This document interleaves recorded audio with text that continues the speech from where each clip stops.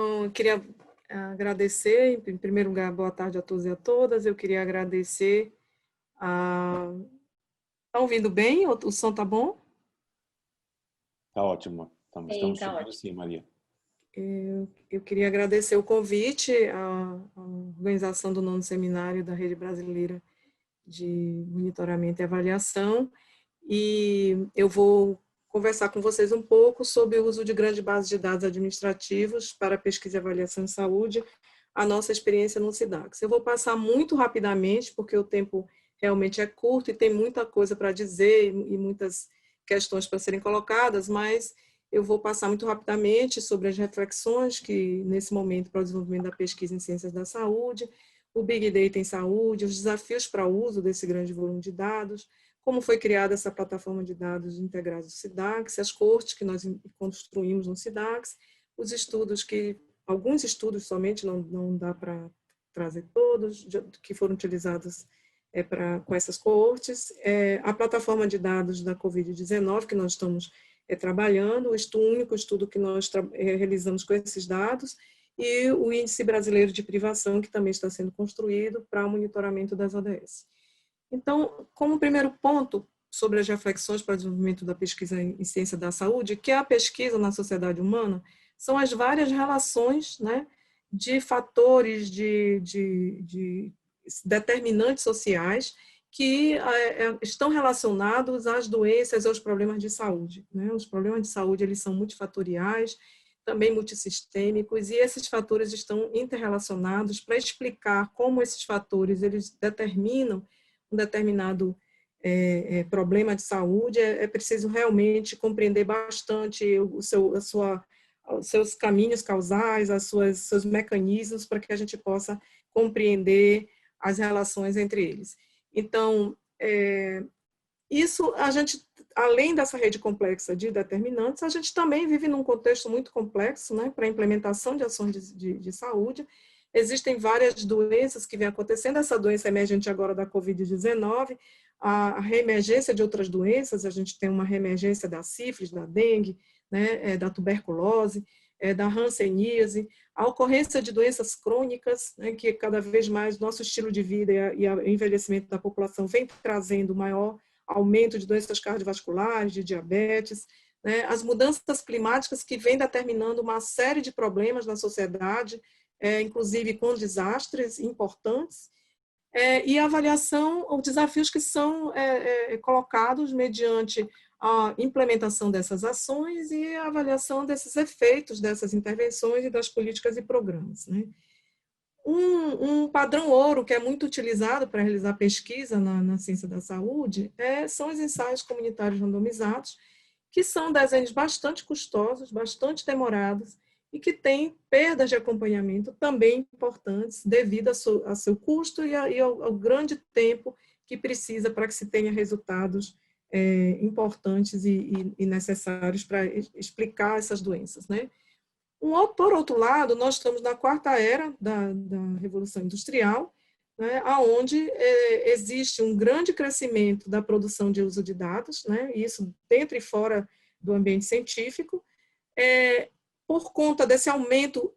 nessa velocidade muito grande dos dados, dessa produção de dados, há uma necessidade enorme de se desenvolver tecnologicamente vários algoritmos, modelagens, recursos computacionais, para que se possa processar esses dados, interpretar esses dados e ter resultados que possam direcionar as pesquisas nesse campo da saúde. Por isso, vem surgindo cada vez mais esse campo da ciência de dados, que é baseada nesse uso de dados para explorar questões, chamado data-driven, e que, portanto, podem responder a problemas específicos, tanto com a exploração desses dados, como também utilizando esses dados para responder questões científicas. Então, pensando o que é o Big Data em saúde, né, pensando no crescimento, nessa velocidade imensa desses dados, numa dimensão muito grande, pode-se comparar aqui nesse quadrinho à esquerda, verdinho, que em 2019 se tinha 153 exabytes de dados no cuidado em saúde. E que já em 2020, isso é muito mais, né, mais de 10 vezes o número de de exabytes, quer dizer, 2.314 exabytes, no crescimento dessas informações, desses dados em saúde. E quais são esses dados? Nós temos vários dados de registros de saúde pública, registro eletrônico de saúde, registros de cuidado, ensaios clínicos, registros ambientais, dados administrativos, os dados genômicos, biobanco, dados de imagem, dados das mídias sociais, sobre o bem-estar dos pacientes, sobre o próprio indivíduo colocando e compartilhando o seu bem-estar e a sua própria autoidentificação de saúde. Portanto, há um desafio imenso no uso de grande volume de dados em saúde, tanto com relação à obtenção dos dados, que ele precisa obedecer os marcos legais do país, a Lei Geral de Proteção de Dados Pessoais, e que implicando que esse dado, para ser obtido, ele precisa ter uma clara finalidade, ele precisa estar processado em ambiente seguro para garantir a privacidade dos dados pessoais e que eles precisam ser compartilhados apenas se eles forem desidentificados e anonimizados, considerando que dados pessoais não podem ser compartilhados. Esses dados, eles estão dispersos, eles estão fragmentados, eles têm uma heterogeneidade imensa, são múltiplos bancos de dados, são diferentes formatos, são múltiplas variáveis, múltiplos proprietários, múltiplos gestores, e que essas variáveis, ao longo, mesmo numa mesma base de dados, ela pode ter uma diferença de significado ao longo da sua linha de tempo, da sua existência, em relação a vários significados dessas variáveis. Portanto, o grande desafio de se trabalhar com a ontologia desses dados, com o significado e semântica desses dados. A necessidade, portanto, de um grande desafio que é criar uma curadoria de dados para se trabalhar com esse ciclo todo desse dado, que vai desde a sua obtenção, a sua negociação, obtenção, como também a qualidade desses dados, a sua catalogação, a preservação desses dados e também a anonimização desses dados para que se possam ser compartilhados e muitas pessoas possam ter acesso, de forma que a gente possa ter um dado aberto e uma ciência aberta. Para fazer tudo isso, também precisa-se de algoritmo de vinculação de dados, porque precisamos, para integrar esses dados, esses diferentes dados, termos um desenvolvimento desses algoritmos, de forma que a gente possa ter um enriquecimento das bases cada vez maior, na medida em que esses dados vão sendo integrados e vinculados. E o desafio de se poder acessar esses dados, de dar acesso a esses dados desidentificados e anonimizados, para que a ciência aberta ela possa ser desenvolvida e que esses dados possam ser compartilhados. Então, nós desenvolvemos no SIDAX uma plataforma de dados integrados. Essa plataforma ela contém apenas dados administrativos governamentais, processados e vinculados, e esse processamento e essa vinculação vai resultar em um conjunto de dados que estão prontos para responder a problemas científicos de saúde. Essa plataforma, portanto, é capaz de produzir conhecimento de saúde de forma muito rápida, já que esses dados administrativos eles já foram produzidos, e a gente vai ter o desafio de processar, de vincular e de dar acesso, mas eles já estão coletados, e, portanto, em relação ao desenho de estudo de um ensaio comunitário, o conhecimento pode ser produzido de uma forma muito mais rápida e com um custo muito mais reduzido, porque não vai ser necessário um grande tempo de acompanhamento, nem de uma série de mecanismos para a coleta desses dados. E esses dois componentes, portanto, eles geram um grande potencial para que, produzindo esses conhecimentos de forma rápida e com custo reduzido, e com dados que já estão coletados, podem orientar intervenções em saúde de uma forma muito mais rápida e orientar também as políticas sociais públicas, melhorando, portanto, de uma forma mais efetiva as condições de vida da população brasileira quando esse conhecimento é compartilhado. Também essa plataforma ela estabelece uma rede de pesquisa colaborativa conforme os procedimentos que eu já coloquei, que precisam ter de acesso aos pesquisadores e também a gestores que podem utilizar esses dados para o seu monitoramento e avaliação. Então, o SIDAX é o Centro para a Integração de Dados e Conhecimento para a Saúde, é o centro que opera essa plataforma de dados. Ele foi criado em dezembro de 2017, foi concebido inicialmente para construir a corte de 100 milhões de brasileiros. Nós aplicamos para um edital com financiamento internacional e também brasileiro para construir essa coorte, e essa coorte tinha a finalidade, e ainda tem, de avaliar o efeito de determinantes sociais e políticas sobre a saúde.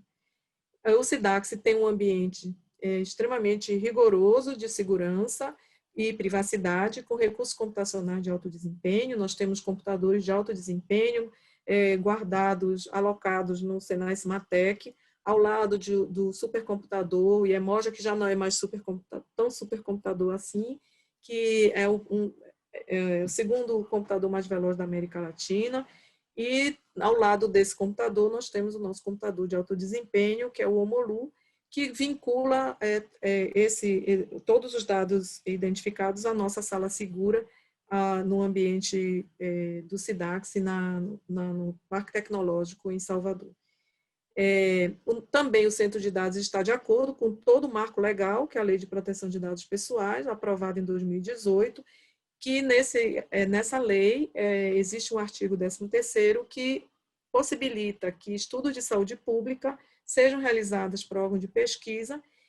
que poderão ter acesso a dados pessoais de acordo com a finalidade, dentro de um órgão estritamente com ambiente computacional controlado e seguro, e que se possa trabalhar com técnicas de anonimização e pseudonimização para que possa ser compartilhado. E dentro de um ambiente de padrões éticos também rigorosos. Então, para a vinculação de dados todas essas bases administrativas, nós desenvolvemos 2 algoritmos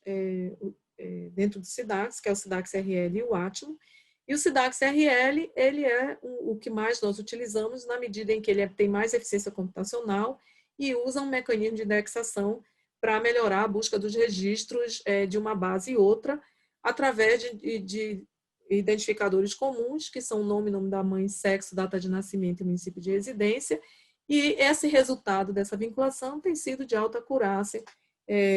entre 2 bases. Então, a primeira coorte que eu queria mostrar para vocês é uma coorte de 100 milhões de brasileiros. Ela foi construída a partir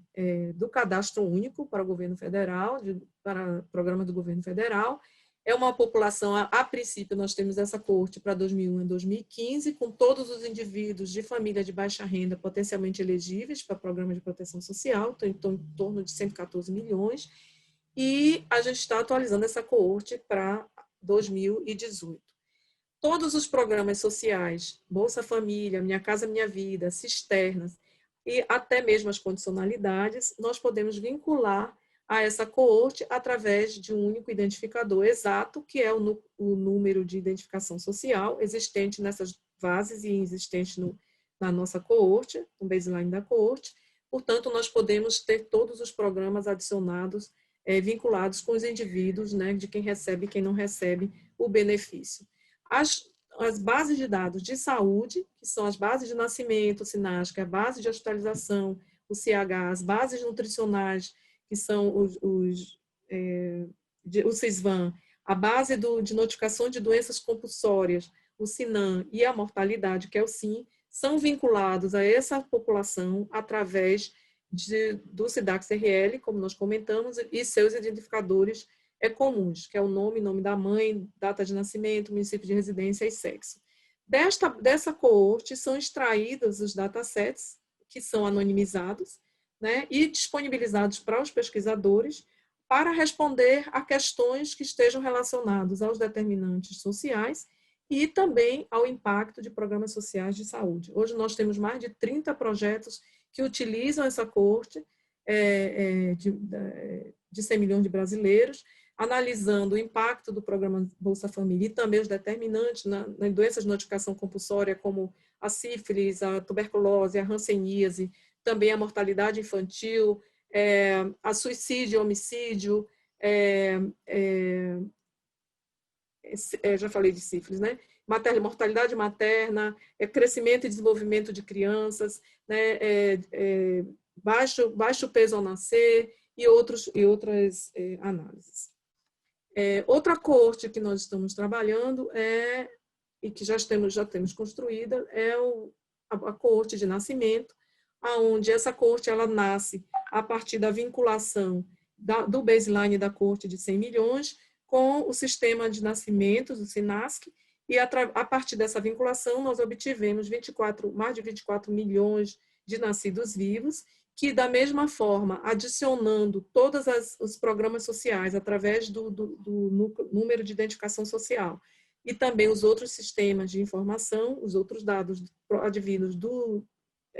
sistema de notificação compulsória, do sistema de hospitalização e do SISVAN, do sistema nutricional e da mortalidade, nós podemos acompanhar toda essa criança no seu ciclo de vida, do nascimento até a morte. E é possível, portanto, investigar as relações entre as desigualdades sociais nos primeiros períodos de vida e os resultados que vão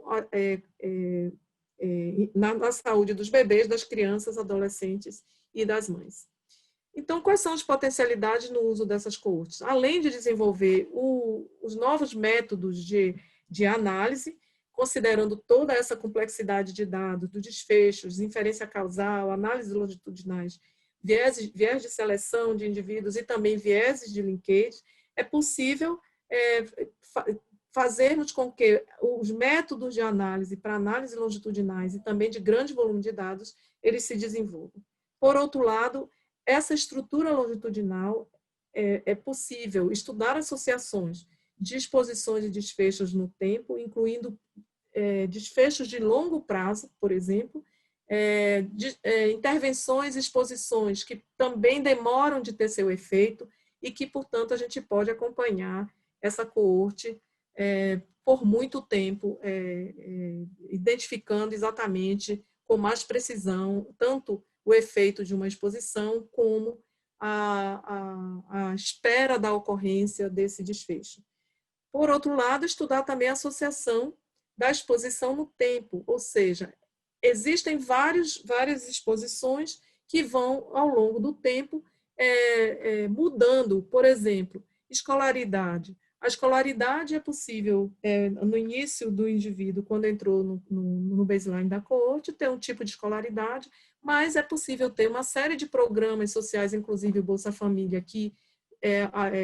tem uma condicionalidade de aumento da frequência escolar, faça com que a escolaridade desses indivíduos e, portanto, a sua exposição e a sua desigualdade possa mudar ao longo do tempo e ser possível avaliar esta desigualdade, essa exposição ao longo do tempo. Por outro lado, é possível também avaliar efeitos integrados de programas, quer dizer, o quanto que o beneficiário do Minha Casa Minha Vida, do Bolsa Família, de cisterna, eles podem estar tendo uma série de efeitos potencializados pelos vários programas, né? Avaliar também efeito de diferentes políticas de proteção social e em diferentes desfechos, porque pode não ser só utilizado na saúde, mas também no trabalho, na educação, no crime, né? E ser possível investigar outras áreas, né, interdisciplinares. Por outro lado, adicionar novas exposições, desfechos, né, que possam ser utilizados como dados da pesquisa. Então, eu vou citar aqui alguns estudos que já foram, inclusive, publicados. Eu trouxe só um que foi publicado e 2 que já foram submetidos. Um sobre o efeito da transferência de renda, o Bolsa Família, na adesão ao tratamento de hanseníase e também na cura de pacientes que foram identificados dentro da coorte de 100 milhões de brasileiros, fazendo um estudo quase experimentais. Foram identificados quase 12 mil indivíduos, né, com casos de hanseníase, e utilizando os scores de propensão, verificou-se que receber Bolsa Família antes do diagnóstico de hanseníase melhora, de modo geral, a adesão ao tratamento, 22% a mais do que os não beneficiários, e também a cura, 26% a mais do que os não beneficiários. E esse efeito tem um efeito extremamente importante, que entre os beneficiários se verificou que na forma multibacilar a adesão é muito maior, 37% maior do que nos não beneficiários. E também a cura, 43% maior do que nos não beneficiários. Um outro estudo sobre determinantes sociais nos nascidos vivos, pequenos e grandes para a idade gestacional, com o objetivo de estimar a ocorrência e fatores sociodemográficos associados a nascidos vivos pequenos e grandes para a idade gestacional na população pobre, extremamente pobre do Brasil, que é o maior componente da nossa população, da corte de 100 milhões de brasileiros, se verificou que nessa população pobre, as características socioeconômicas desfavoráveis, como ser analfabeta ou não ter nenhuma consulta pré-natal, assim como as características raciais, como ser negra ou ser indígena, as características maternas, como a idade entre 14 e 20 anos, né, ou seja, aquelas mães mais adolescentes, associaram-se consistentemente à ocorrência de nascimento de pequenos para a idade gestacional. Por outro lado, não foi possível se avaliar essa clara relação, né, desses determinantes sociais com a ocorrência de crianças grandes para a idade gestacional, necessitando de outros estudos para esclarecimento dessa situação dos grandes para a idade gestacional no Brasil. Um outro estudo extremamente interessante, que tem dados importantes, é o impacto do programa de transferência de renda, o Bolsa Família, na mortalidade de crianças de 1 a 4 anos de idade, que também usa a corte de 100 milhões de brasileiros, e teve como objetivo estimar o impacto do recebimento do Bolsa Família na mortalidade em crianças de 1 a 4 anos, explorando, inclusive, a variação desse efeito segundo os estratos de pobreza e de qualidade da gestão do Bolsa Família a nível municipal, também explorando esses tratos de raça e etnia e da idade gestacional da criança. Então, esse é o primeiro estudo sobre o impacto do Bolsa Família sobre mortalidade de crianças de 1 a 4, usando o grande volume de dados individuados. Mais de 6 milhões de crianças foram utilizadas na análise e mais de 14 mil mortes associadas a essas crianças. Então, demonstrou-se com este estudo que houve evidência de que o Bolsa Família pode reduzir a mortalidade infantil em crianças de 1 a 4 anos. Esse efeito foi muito maior nos municípios mais pobres do Brasil, em municípios com melhores índices de gestão de programas e também em crianças prematuras e filhos de mães negras. Esse eu não trouxe alguns dados, porque ele está em submissão e aí eu não quis colocar esses dados aí em público. Com relação à pandemia da Covid-19, a gente está criando uma plataforma de dados integrados, considerando também o ecossistema de dados da Covid-19, considerando todos esses dados que vêm sendo produzidos de casos e óbitos, de testagem, de morbidade, de hospitalizações, de serviços de saúde, leitos, a cobertura de atenção primária de saúde, de acesso a serviços de saúde, né? Quantidade de leitos, quantidade de profissionais, quantidade de respiradores, todos os dados socioeconômicos que vêm produzidos, inclusive da PNAD específica da Covid-19, né? Os dados da transparência para auxílios emergenciais, os dados demográficos, as medidas de isolamento que vêm sendo também publicadas tanto pelo Community Google Report, como também pela startup In Loco, e todos os atos legais governamentais que vêm sendo produzidos desde o início da pandemia, no sentido de definir a restrição de circulação de indivíduos, assim como também a diminuição de aglomerações e, inclusive, de designação de transferência de renda emergenciais. Esses dados eles vêm de várias fontes, são dados administrativos públicos, dados administrativos nominais, dados abertos, dados autorizados, documentos, que, portanto, a gente está construindo toda essa corte. Nós estamos no processo de desenvolvimento, de identificação de uma ferramenta para dar acesso a esses dados e na possibilidade de construir um modelo comum de dados para que possa ter a semântica e as ontologias garantidas entre essas bases de dados, para que elas possam ser integradas e serem enriquecidas e, portanto, ter melhor dado de qualidade para que se possa ser utilizado por pesquisadores e gestores para responder a questões da pandemia. Então, o estudo que eu trago aqui para vocês é sobre a obesidade, qual a relação da obesidade com o risco dos desfechos de Covid grave. É um estudo longitudinal, retrospectivo, baseado em dados cadastrais do CIVEP-Gripe, principalmente o CIRAG. É uma população de 21.773 pacientes maiores ou iguais a 20 anos, que foram hospitalizados e com teste positivo para a Covid-19, e se utilizou uma análise de regressão logística multivariada para utilizando alguns extratos, né, dividindo os extratos de adultos maior ou igual a 20 anos e menor que 60, e também maior ou igual a 60, que é para pegar a população mais específica de idosos. E verificar a Desculpe associação interromper, de Maria obesidade Yuri. isolada e associada a diabetes mellitus e ou doença cardiovascular, além dos seus graus de obesidade, né, que existe uma variável que é a medida do IMC nessa coleta dessas informações aos pacientes hospitalizados, com uso de ventilação mecânica, admissão à unidade de terapia intensiva e óbito. Então, nesse estudo, pode-se verificar que a obesidade, de forma independente, associada a outras comorbidades, aumentou o risco de uso da ventilação mecânica invasiva, a admissão na UTI e a morte em pacientes adultos e de idosos hospitalizados com Covid-19.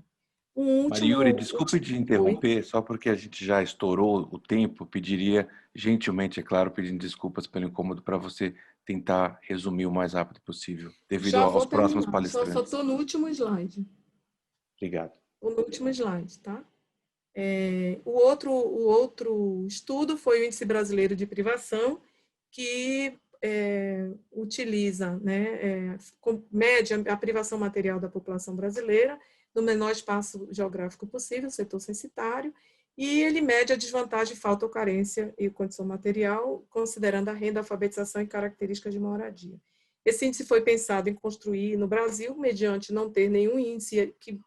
tenha uma abrangência nacional, né, que possa analisar os padrões de desigualdade materiais e de saúde, identificando subpopulações e pobreza. Ele é último quando medidas socioeconômicas a nível individual não estão disponíveis para certos grupos populacionais, e também é possível monitorar o progresso das metas das ODS em diferentes estratos socioeconômicos. É possível, por exemplo, medir, né, correlacionar algumas medidas de saúde para as metas 1, para a meta 2, para a meta 3, para a meta 6, para a meta 16, né, podendo fazer essa correlação entre índice de privação e esses dados, esses indicadores que possam ser identificados para essas metas das ODS, para que se possa monitorar o progresso delas correlacionados com esse índice. Então, era isso, eu queria agradecer.